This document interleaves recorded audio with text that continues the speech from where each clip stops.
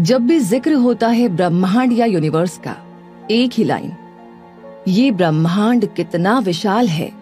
इस अनंत तक फैले ब्रह्मांड में इतना कुछ समाहित है कि सोचकर ही हैरानी होने लगती है। समझ नहीं आता कि इस ब्रह्मांड को इतना विशाल काय आकार पसंद है या ये खुद अपने रूप से अनजान है। अरबों गैलेक्सीज यानी कि आकाश गंगाएं, जिनमें अरबों खरबों सितारे इस ब्रह्मांड को खास पहचान देते हैं। और सितारों के अलावा गैलेक्सीज यानी कि आकाश गंगाएं, प्लैनेट्स यानी कि ग्रह, लाइट और यहाँ तक कि टाइम भी तो इसी यूनिवर्स का हिस्सा है। कभी कभी तो लगता है कि क्या इस ब्रह्मांड को अपने इस अनंत तक फैले साम्राज्य को देखकर पक्के से गुरूर तो जरूर होता होगा, क्योंकि इस यूनिवर्स में मौजूद सितारों की संख्या इतनी ज्यादा है कि इनके सामने पृथ्वी के सारे समुद्री किनारों की रेत के कण भी कम पड़ जाए। यानी बिलियन ट्रिलियन स्टार्स इस यूनिवर्स के कैनवास पर सजे हुए हैं और इन सितारों के साथ साथ डस्ट, गैस और डार्क मैटर से मिलकर बनी है गैलेक्सीज यानी कि आकाश गंगाएं, जिसमें सब कुछ ग्रेविटी के जरिए आपस में बंधा हुआ है। अरबों खरबों सितारों को अपने में समेटने वाली ये गैलेक्सीज कितनी विशाल होगी ना। और इन गैलेक्सीज की संख्या भी कोई कम नहीं है, बल्कि ये भी 200 बिलियन से ज्यादा ही है, जो अलग अलग आकार और आकृति में इस ब्रह्मांड में स्थित है। इतनी संख्या सुनकर ही लगता है जैसे ब्रह्मांड में कोई प्रतियोगिता चलती रहती है, जिसमें कौन सबसे ज्यादा संख्या में मौजूद है, ये होड़ मची रहती होगी। तभी तो सितारे हो चाहे गैलेक्सीज, हर कोई इतनी ज्यादा संख्या में मौजूद बना हुआ है ताकि उसकी जीत हो सके। लेकिन यूनिवर्स की ये दुनिया सिर्फ खूबसूरत और रोशन ही होगी, ऐसा बिल्कुल भी नहीं है, बल्कि इस दुनिया का एक तिलिस्मी चेहरा भी है, जिसमें रहस्य है, अंधेरा है और रोमांच भी भरपूर है। क्या आप जानना चाहते हैं इस तिलिस्मी दुनिया के रहस्य से भरे डरावने रूप के बारे में? तो चलिए मेरे साथ इस सफर पर, जहां हर गैलेक्सी के सेंटर में मौजूद है एक black hole, super massive black hole, जो हमारी मिल्की वे गैलेक्सी के सेंटर में भी मौजूद है। ब्लैक होल जो ब्रह्मांड की इस दुनिया का एक तिलिस्मी अजूबा है। सुनने में ये नाम जाना पहचाना सा लगता है, लेकिन जितना इसका नाम लेना आसान लगा करता है, उतना ही जटिल और हैरत अंगेज है ये ब्लैक होल, जिसके बारे में जानने के लिए वैज्ञानिक लगातार जुटे रहते हैं। फिर भी ये ब्लैक होल अपने राज जल्दी जल्दी नहीं खोला करता। हालांकि हमने उस दूर तक फैले अंतरिक्ष की हर गैलेक्सी में अपना साम्राज्य फैलाने वाले इस ब्लैक होल के बारे में काफी कुछ जानने में सफलता हासिल कर ली है, लेकिन अंतरिक्ष के रंगमंच का ये कलाकार है ही इतना रोमांचक कि इसके बारे में जितना भी जाने कम ही लगता है। और ये भी एक बार में शायद अपनी पूरी कहानी सुनाना पसंद नहीं करता। इसलिए आज तक ये किसी साइंस फिक्शन जितना एक्साइटिंग, इंटरेस्टिंग और थ्रिलिंग बना हुआ है। ब्लैक होल इतनी शक्तिशाली चीज है जो दुनिया को तबाह कर सकती है। इसे ब्लैक होल इसलिए कहते हैं क्योंकि इसमें लाइट अंदर जा तो सकती है, लेकिन बाहर नहीं आ सकती, जिसकी वजह से ये किसी अंधे कुएं जैसा नजर आता है और जो यूनिवर्स में सबसे तेज गति से चलने वाली लाइट को ही अपने अंदर समेट ले। सोचिए वो कितना शक्तिशाली होगा। ये ब्लैक होल एक ऐसा अंधकारमय गोला है जिसके अंदर ब्रह्मांड के बहुत से नियम टूट जाते हैं और इसके अंदर इसके खुद के नियम चला करते हैं। 30 साल पहले तक ये ब्लैक होल सिर्फ सैद्धांतिक थे, लेकिन आइंस्टाइन ने इनके होने की संभावनाएं जताई थी, जिसे उस समय स्वीकारना भले ही मुश्किल रहा हो। लेकिन आज हम सब जानते हैं कि ब्लैक होल वास्तव में होते हैं। ब्लैक होल अंतरिक्ष में मौजूद कोई छोटा सा गड्ढा बिल्कुल भी नहीं है। इसे तो ऐसा पिटारा कहा जा सकता है जिसमें ढेर सारा सामान भरा पड़ा है और उसमें और ज्यादा सामान लगातार भरा जा रहा है, चाहे उसके पास इतना सामान रखने की जगह ही ना हो। ये अंतरिक्ष का वो क्षेत्र है जहाँ ग्रेविटेशनल पावर इतनी ज्यादा स्ट्रॉन्ग है कि इसके प्रभाव से बचना नामुमकिन है। लेकिन सवाल ये है कि इतनी ग्रेविटी आती कहाँ से है? असल में जब एक विशाल तारे के जीवन का अंत होता है, तब उसके अंदर का सारा मैटर कंप्रेस होकर एक छोटे से स्पेस में जमा हो जाता है, जो ब्लैक होल का रूप ले लेता है। और उस छोटे से दिखने वाले होल की ग्रेविटेशनल पावर इतनी खतरनाक हो जाती है कि उससे बचना किसी के लिए भी, जी हाँ, किसी के लिए भी मुमकिन नहीं होता। ग्रेविटी का मतलब तो जानते ही हैं हम, यानी कि गुरुत्वाकर्षण बल। और यहाँ पृथ्वी पर सब कुछ ग्रेविटी से ही बंधा हुआ है। बिना ग्रेविटी के तो हम भी पृथ्वी पर नहीं रह पाते, बल्कि इसकी जमीन पर से ऊपर उड़ जाते। ग्रेविटी यानी गुरुत्वाकर्षण बल तो यूनिवर्स की शुरुआत से ही मौजूद रहा है, और ये तो हर जगह है। हर तरह के ऑब्जेक्ट्स पर एक ही तरह से काम करता है।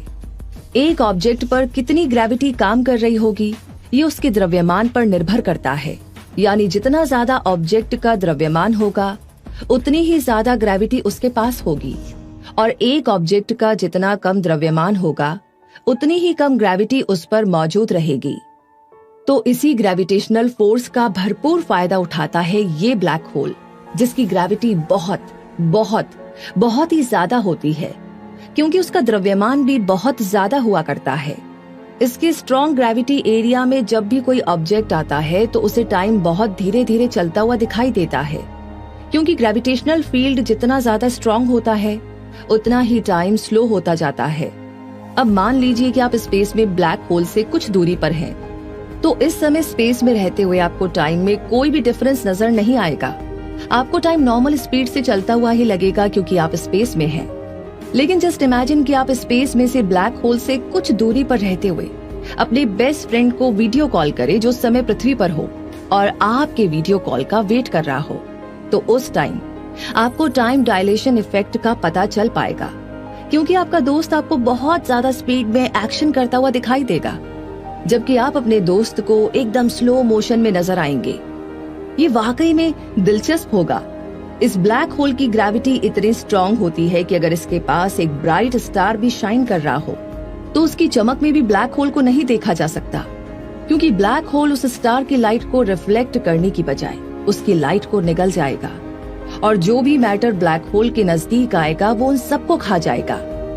इसका जीवन इतना रहस्यमय है कि ये एक भयानक, डरावना, अंधेरे को पसंद करने वाले राक्षस जैसा नजर आता है, जो सब कुछ निगल जाना चाहता है। ये ब्लैक होल्स ऐसे ईटर्स होते हैं जो अपनी राह में आने वाले हर मैटर और ऑब्जेक्ट को निगल जाते हैं। इनके सामने कौन आया है, इससे इन्हें कोई फर्क नहीं पड़ता। तभी तो लाइट, डस्ट, गैस और सितारे, इन्हें ये सब खाना पसंद है, और ये किसी को भी नहीं बख्शते। इन्हें बहुत सारा खाना पसंद है, और ये कहानियों के किसी डरावने राक्षस से मिलते जुलते लगा करते हैं। खाते टाइम इन्हें अपनों की परवाह भी नहीं रहती। तभी तो बड़े ब्लैक होल छोटे ब्लैक होल को भी निगल जाते हैं। ब्लैक होल जब भी कुछ खाता है, यानी जब भी कोई ऑब्जेक्ट इस ब्लैक होल की ग्रेविटी में फंसकर इसके अंदर गिर जाता है, तो उसका द्रव्यमान भी ब्लैक होल में जुड़ता जाता है, और ज्यादा द्रव्यमान के साथ इस ब्लैक होल की ग्रेविटी भी बढ़ती चली जाती है, यानी ये और ज्यादा शक्तिशाली बनता जाता है। ब्लैक होल्स इतनी स्ट्रॉन्ग ग्रेविटेशनल इलेक्ट्रोमैग्नेटिक फोर्सेस पैदा करते हैं, जो इनके आसपास मौजूद ऑब्जेक्ट्स को अपने अंदर खींचने के लिए काफी होती है। और जब ब्लैक होल भरपेट खा लेते हैं, यानी अपने आसपास मौजूद बहुत सारे ऑब्जेक्ट्स को अपने अंदर खींच लेते हैं, तब इनमें से हाई फ्रीक्वेंसी लाइट बाहर निकलती दिखाई देती है, जो हाई एनर्जी की गामा किरणें होती है, जिन्हें देख पाना और उनकी स्टडी कर पाना एस्ट्रोनॉमर्स के लिए पॉसिबल हो पाता है। और जब ये किरणें ब्लैक होल से निकलती दिखाई देती है, तो ऐसा लगता है जैसे पेट भरने के बाद ये ब्रह्मांडीय राक्षस डकार ले रहा है। आप ये जान चुके हैं कि ब्लैक होल तब बनता है जब एक बड़ा सा तारा अपनी लाइफ के एंड पॉइंट पर पहुंच जाता है और फट जाता है। लेकिन सवाल ये है कि एक विशाल तारा फटने और खत्म होने की कगार तक पहुंचता कैसे है? तो इस विशाल तारे पर दो फोर्स काम करती है, ग्रेविटेशनल फोर्स और तारे के अंदर होने वाली फ्यूजन रिएक्शंस का फोर्स। ये दोनों फोर्स एक दूसरे के अपोजिट काम करती है। जहां ग्रेविटेशनल फोर्स तारे को सिकोड़ देना चाहती है, वहीं पर फ्यूजन रिएक्शन फोर्स उसे विस्तार देना चाहती है। और जब तक इन दोनों फोर्सेस में बैलेंस बना रहता है, तब तक तारा अपनी साइज में बना रहता है। लेकिन जैसे ही ये बैलेंस बिगड़ता है, तारे की कहानी खत्म। तारे का ये बैलेंस बिगड़ना तब शुरू होता है जब धीरे धीरे उसके अंदर का सारा न्यूक्लियर फ्यूल खत्म हो जाता है, जिसकी वजह से वो ठंडा होने लगता है। उसमें मौजूद प्रेशर भी कम हो जाता है, और इसके बाद तारे के पास ऐसा कोई भी फोर्स मौजूद नहीं होता जो ग्रेविटी को बैलेंस कर सके। और फिर ग्रेविटी जीत जाती है और तारे पर इतना दबाव डालती है कि तारा विस्फोट के साथ खत्म हो जाता है। कुछ विशाल तारों का ये विस्फोट बहुत बड़ा होता है, जिसे सुपरनोवा कहते हैं। ये इतना चमकीला होता है जितना एक गैलेक्सी में मौजूद अरबों तारों की चमक हो। यूं तो रात के आसमान में हम बहुत से चमकीले ऑब्जेक्ट्स को देख पाते हैं, लेकिन क्या इस विस्फोटक चमक को भी हम देख सकते हैं? अफसोस, लेकिन नहीं। मिल्की वे गैलेक्सी में इसे देख पाना हम इंसानों के लिए पॉसिबल नहीं है, क्योंकि डस्ट हमारे और सुपरनोवा के बीच के रास्ते को ब्लॉक कर देती है। इस सुपरनोवा से ब्लैक होल का जन्म हो सकता है, जो छोटी सी जगह में ढेर सारा द्रव्यमान भर लेता है, जिससे उसकी ग्रेविटेशनल पावर बहुत ज्यादा बढ़ जाती है। उसके बाद ब्लैक होल के चारों तरफ एक सरफेस बनती है जो पूरी तरह सॉलिड नहीं होती है। इसे ब्लैक होल की बाउंड्री भी कहा जा सकता है और इसका नाम होता है इवेंट होराइजन। इसके अंदर कुछ भी नहीं देखा जा सकता और कोई भी इससे बच नहीं सकता। इसे पॉइंट ऑफ नो रिटर्न भी कहा जाता है। ये ऐसा होराइजन है जिसके परे देखना संभव नहीं और इसके अंदर होने वाले किसी भी इवेंट को देख पाना फिलहाल नामुमकिन है। ये वो सीमा है जिसके बाहर जो कुछ हो वो फिर भी तेजी से घूमते हुए अपनी जान बचा सकता है, लेकिन जो इस इवेंट होराइजन को क्रॉस कर जाए वो इसके सेंटर में यानी सिंगुलैरिटी में जाकर फंस जाएगा, जिससे बचना नामुमकिन है। ये सिंगुलैरिटी नो मैंस लैंड है, एक ऐसी जगह जहां तक जो कुछ भी पहुंचता है वो छोटे छोटे टुकड़ों में टूटकर बिखर कर इस दुनिया में समा जाता है।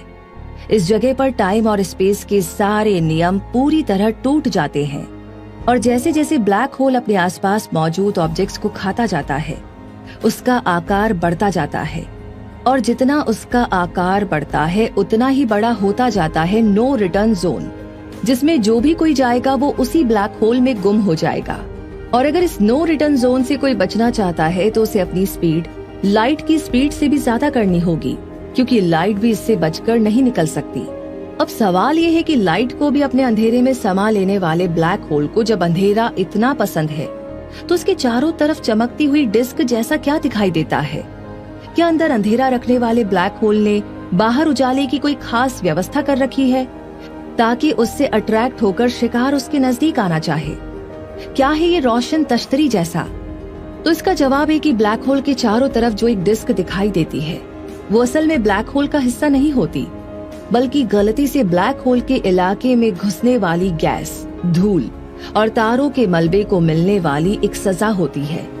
यानी जब भी गैस, धूल या तारों के अवशेष ब्लैक होल के नजदीक पहुंच जाते हैं लेकिन उसमें गिरने से बच जाते हैं, तो वो ब्लैक होल की खतरनाक ग्रेविटी में उलझकर इवेंट होराइजन के चारों तरफ गोल गोल घूमने लगते हैं, जिससे एक तश्तरी जैसी आकृति बन जाती है। इसे अक्रीशन डिस्क कहा जाता है। हालांकि हर ब्लैक होल के पास ऐसी डिस्क नहीं होती है। जैसे जैसे गैस इस अक्रीशन डिस्क के चारों तरफ घूमने लगती है, ये गैस इतनी ज्यादा गर्म हो जाती है कि एक्सरे रिलीज करने लगती है और इस एक्सरे लाइट को मेजर करके एस्ट्रोनॉमर्स ब्लैक होल के बारे में ज्यादा से ज्यादा जानकारी जुटाते हैं। तो इस तरीके से धूल और गैस को अपने चारों तरफ चक्कर लगवाने वाले ज्यादातर ब्लैक होल खुद स्पिन भी करते हैं और ये स्पिन बिल्कुल वैसी ही होती है जैसे सितारे और प्लैनेट्स अपने एक्सिस पर रोटेट करते हैं। हाँ, लेकिन ब्लैक होल्स के पास स्टार्स और प्लैनेट्स की तरह स्ट्रॉन्ग फिजिकल सरफेस नहीं हुआ करती है। ब्लैक होल का कोई निश्चित आकार नहीं होता और ये कई तरह के होते हैं। इसके आकार और द्रव्यमान के अनुसार ही ये तय होता है कि ये अंधे कुएं जैसा राक्षस कितने तरह का हो सकता है। वैसे फिलहाल ब्लैक होल के 4 प्रकार मौजूद हैं: मिनिएचर, स्टेलर, इंटरमीडिएट और सुपरमैसिव। सबसे छोटा ब्लैक होल मिनिएचर कहलाता है। वैज्ञानिकों के अनुसार इस ब्लैक होल का आकार एक सिंगल एटम जितना होता है, लेकिन इसका द्रव्यमान एक बड़े से पहाड़ जितना होता है।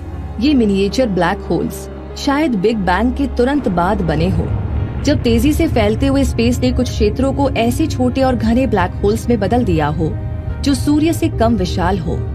मिनिएचर से बड़े होते हैं स्टेलर ब्लैक होल, जिनका द्रव्यमान सूर्य के द्रव्यमान से 20 गुना ज्यादा हो सकता है। ऐसे दर्जनों स्टेलर ब्लैक होल्स हमारी मिल्की वे गैलेक्सी में मौजूद हो सकते हैं और ये सुपरनोवा के बाद बना करते हैं।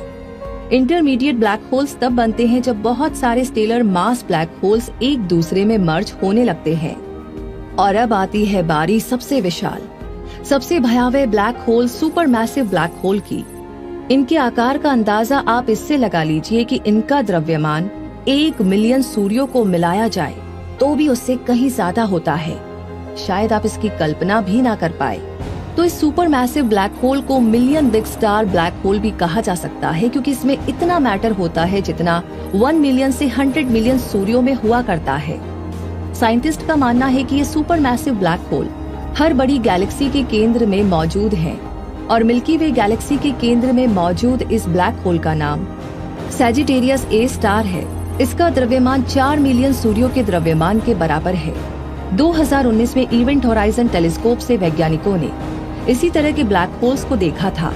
ये सुपर मैसिव ब्लैक होल्स तब निर्मित हुए जब उस गैलेक्सी का निर्माण हुआ जिसमें ये ब्लैक होल राज कर रहे हैं। और इन सुपर मैसिव ब्लैक होल का आकार गैलेक्सी के आकार और द्रव्यमान से भी संबंध रखता है, जिसे देखकर लगता है कि या तो इन ब्लैक होल्स के बनने में गैलेक्सीज ने कोई हेल्प की होगी, या शायद इन गैलेक्सीज के बनने के पीछे ब्लैक होल का हाथ होगा।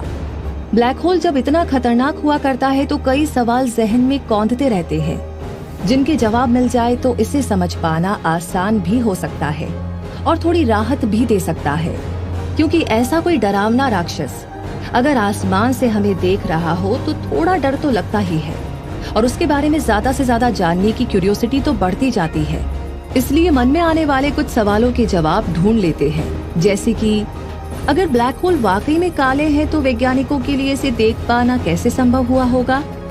इसका जवाब है, ब्लैक होल को देख पाना संभव नहीं है, क्योंकि इसे अंधेरा इतना ज्यादा पसंद है कि इसके आसपास प्रकाश फटक भी नहीं सकता। असल में इसकी स्ट्रॉन्ग ग्रेविटी लाइट को भी अपने केंद्र की तरफ खींच लेती है, और वैज्ञानिक इस ग्रेविटी के प्रभाव को ब्लैक होल के इर्द गिर्द मौजूद सितारों और गैसों पर देख सकते हैं। इसके चारों तरफ घूमता हुआ मैटर जब मिलियंस डिग्रीज तक गर्म हो जाता है तो ये एक्सरेज में चमकने लगता है, जिसे देख पाना साइंटिस्ट के लिए पॉसिबल होता है, और उसी के आधार पर ब्लैक होल के बारे में जानकारी जुटाई जाती है। अगला सवाल, क्या केवल सुपरनोवा से ही ब्लैक होल का निर्माण होता है?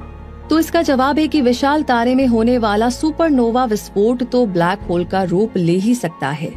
इसके अलावा 2 न्यूट्रॉन तारे भी टकरा करके ब्लैक होल बना सकते हैं। तारे या गैस के रूप में मौजूद ढेर सारा मैटर भी ब्लैक होल बना सकता है। और अब अगला सवाल, ब्लैक होल को बनने में कितना समय लगता होगा? तो इसका जवाब है कि ब्लैक होल तो चुटकी बजने जितने टाइम में भी बनकर तैयार हो सकते हैं, क्योंकि एक स्टेलर मास ब्लैक होल एक विशाल तारे के टूटने के बाद कुछ सेकंड्स में ही बन सकता है, और छोटे ब्लैक होल्स तो 2 न्यूट्रॉन तारों के मिलने से भी बन सकते हैं। इसी तरह एक न्यूट्रॉन तारा एक ब्लैक होल से मिलकर ज्यादा बड़ा ब्लैक होल भी बना सकता है, और अगर 2 ब्लैक होल्स आपस में टकराकर एक दूसरे में मिल जाएं, तो भी एक बड़ा ब्लैक होल बन सकता है। और सबसे मिस्टीरियस जाइंट ब्लैक होल्स जो हर गैलेक्सी के सेंटर में मौजूद है, यानी सुपर मैसिव ब्लैक होल्स, उन्हें और बड़ी साइज तक पहुंचने में अरबों साल तक लग जाते हैं। अब अगला सवाल, अगर ब्लैक होल से कोई नहीं बच सकता तो क्या ब्लैक होल अब तक पूरे यूनिवर्स को ही नहीं खा जाता? तो इसका जवाब है कि यूनिवर्स बहुत बड़ा है और लगातार विस्तार भी कर रहा है। एक ब्लैक होल का ग्रेविटेशनल फील्ड किसी गैलेक्सी की साइज से काफी कम एरिया में सिमटा हुआ होता है, और वैसे भी ब्लैक होल अपने आसपास के तारों को तो खा ही चुका है। इसलिए इसकी भूख अभी इतनी भी ज्यादा नहीं है कि ये तेजी से सब कुछ निगल जाना चाहे। इसलिए ब्लैक होल यूनिवर्स को ना तो निगल सकता है और ना ही कोई ऐसा इरादा रखता है। अगला सवाल, पहले गैलेक्सी बनी या ब्लैक होल? तो इसका जवाब ये है कि ज्यादातर गैलेक्सीज के सेंटर में सुपर मैसिव ब्लैक होल मौजूद हैं। ऐसे में सुपर मैसिव ब्लैक होल की फॉर्मेशन और गैलेक्सी की फॉर्मेशन के बीच में क्या रिलेशन है, ये अभी तक समझ में नहीं आया है। ये भी हो सकता है कि मिल्की वे गैलेक्सी के निर्माण में ब्लैक होल का हाथ हो, लेकिन ये किस्सा बिल्कुल पहले मुर्गी आई या अंडा जैसा है। ये बताना बहुत ही मुश्किल है कि पहले गैलेक्सी बनी या ब्लैक होल, ये अभी तक पहेली बनी हुई है। अगला सवाल, क्या ब्लैक होल ट्रैवल करते हैं? इसका जवाब है कि ब्लैक होल के लिए एक जगह से दूसरी जगह मूव करना पॉसिबल तो है, लेकिन ऐसे मूवमेंट्स काफी रेयर होते हैं, क्योंकि इतने ज्यादा द्रव्यमान वाले इस गोले को मूव करने के लिए बहुत ज्यादा फोर्स की जरूरत होगी। हालांकि एक सुपर मैसिव ब्लैक होल 1,10,000 मील प्रति घंटे की रफ्तार से पूरे ब्रह्मांड में घूम रहा है।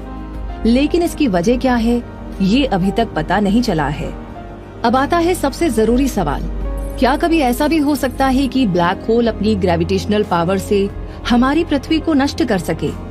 तो इस बात पर हम शुक्र मना सकते हैं कि ये ब्लैक होल्स पूरे ब्रह्मांड में विचरण करना पसंद नहीं करते, बल्कि काफी हद तक ग्रेविटी के नियमों को मानते हैं, जैसे कि अंतरिक्ष के बाकी सभी ऑब्जेक्ट्स मानते हैं।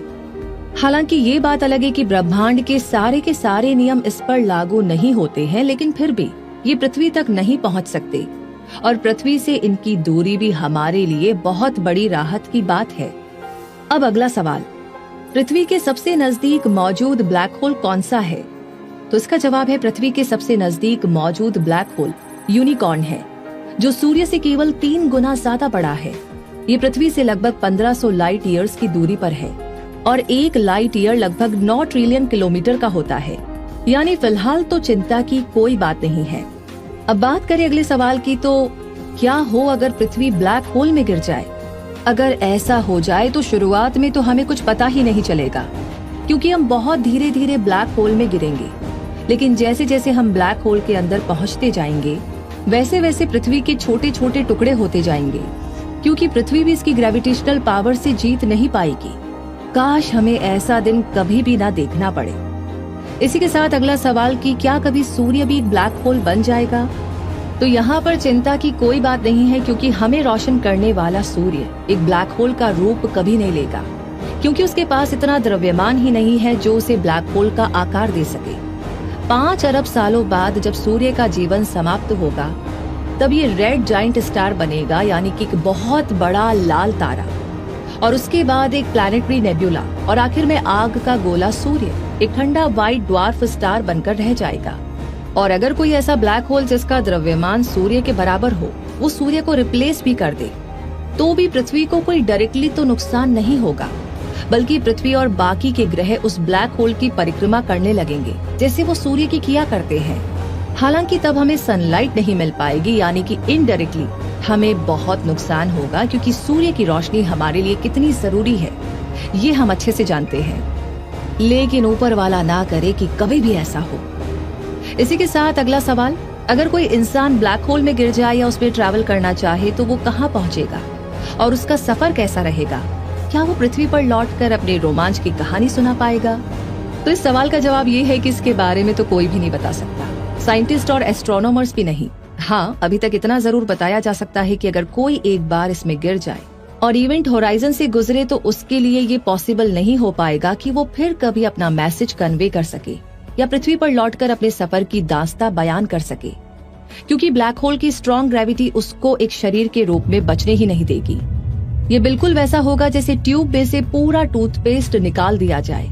उस ब्लैक होल के अंदर ट्रैवल कर रहे शख्स की स्पेस और टाइम के बारे में सोच पूरी तरह बदल जाएगी। ब्लैक होल की ग्रेविटी उसके शरीर को हॉरिजॉन्टली कंप्रेस कर देगी और वर्टिकल नूडल या स्पैगेटी की तरह स्ट्रेच कर देगी, यानी ब्लैक होल के अंदर एक इंसान का नूडल या स्पैगेटी बन जाएगी। और इसलिए इस सिचुएशन को स्पैगेटिफिकेशन कहा जाता है। बेचारे तारों के साथ तो ऐसा अक्सर होता ही रहता है, क्योंकि उन्हें हमारी तरह ब्लैक होल की साजिशों का कोई अंदाजा जो नहीं है। इसलिए जब कोई अनलकी स्टार घूमता फिरता सुपर मैसिव ब्लैक होल के नजदीक पहुंच जाता है, तो उसका किस्सा ब्लैक होल में जाकर खत्म हो जाता है। ब्लैक होल्स के नजदीक जो भी जाएगा, चाहे वो कोई सितारा हो, प्लैनेट हो या स्पेसक्राफ्ट, सब कुछ स्ट्रेच होकर, कंप्रेस्ड होकर ब्लैक होल में समा जाएगा, जिससे ऐसी तेज रोशनी निकलेगी जिसे डिटेक्ट करना एस्ट्रोनॉमर्स के लिए पॉसिबल हो पाता है। और वो भी ये जान जाते हैं कि आज फिर किसी तारे जैसे ऑब्जेक्ट ने अपनी शामत बुलाई है। अब बात करते हैं अगले सवाल की, क्या ब्लैक होल स्पेस को कुछ रिटर्न गिफ्ट भी दिया करते हैं? इंटरेस्टिंग सवाल, और इसका जवाब ये है कि ब्लैक होल स्पेस से इतना कुछ लेते हैं तो रिटर्न गिफ्ट भी जरूर दिया करते हैं।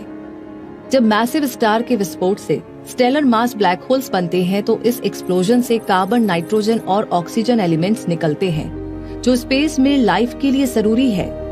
इसी तरह 2 न्यूट्रॉन तारों या 2 ब्लैक होल्स के मिलने पर ऐसे हैवी एलिमेंट्स बाहर निकलते हैं जो कभी एक नए प्लैनेट का हिस्सा बन सकते हैं। इस एक्सप्लोजन से जो शॉक वेव्स निकलती है, वो भी नए तारों और नए सोलर सिस्टम के फॉर्मेशन को गति दे सकती है।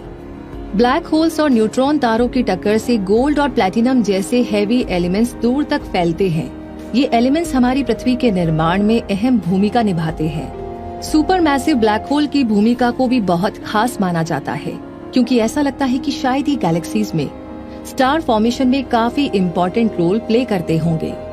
ये ब्लैक होल केवल डराने और खाते रहने का ही काम नहीं करते, बल्कि यूनिवर्स की गुत्थी सुलझाने में हमारी बहुत हेल्प भी कर सकते हैं, क्योंकि इनके जरिए हम एस्ट्रोनॉमी, कॉस्मोलॉजी और ग्रेविटी के बारे में बहुत कुछ जान सकते हैं। ये यूनिवर्स के बेहद घने और बहुत बड़े ऑब्जेक्ट्स हैं, जो यूनिवर्स को समझने में हमारी हेल्प कर सकते हैं। और ये भी तो हो सकता है कि ब्लैक होल के अंदर एक पूरा का पूरा यूनिवर्स मौजूद हो। कुछ भी हो सकता है, लेकिन इसके लिए हमें और ज्यादा रिसर्च करनी होगी। और अब आता है आखिरी सवाल, जब ब्लैक होल जन्म ले सकते हैं तो क्या ब्लैक होल मरते भी हैं? और इसका जवाब ये है कि एक तरफ ब्लैक होल्स खूब खाते रहने की वजह से बड़े होते जाते हैं, तो दूसरी तरफ ये धीरे धीरे सिकुड़ते भी रहते हैं, क्योंकि ये थोड़ी थोड़ी मात्रा में एनर्जी बाहर निकालते रहते हैं, जिसे हॉकिंग रेडिएशन कहा जाता है। और माना जाता है कि इस रेडिएशन की वजह से बहुत लंबे समय में सारे ब्लैक होल्स इवेपोरेट हो जाएंगे, यानी कि भाप में तब्दील हो जाएंगे। इसमें लगने वाला समय यूनिवर्स की उम्र से कहीं ज्यादा होगा, यानी अभी अरबों सालों तक ब्लैक होल कहीं नहीं जाने वाले। और इसी के साथ ब्लैक होल पर बनी ये जानकारी, ये डॉक्यूमेंट्री आपको कैसी लगी, कमेंट बॉक्स में लिख करके जरूर शेयर कीजिएगा। हमारी टीम की मेहनत के बारे में आप क्या कहेंगे जरूर बताइएगा, क्योंकि हमें आपके सपोर्ट की जरूरत है, आपकी हौसला अफजाई की जरूरत है, ताकि हम आगे भी ऐसी अमेजिंग जानकारियां आप सभी के लिए लेकर आए। तो ब्लैक होल के बारे में तो आज बहुत सारी जानकारी आपको मिली। आगे आपका कोई सवाल हो या कोई टॉपिक हो जिस पर आप जानकारी चाहते हैं तो हमें लिख भेजिए।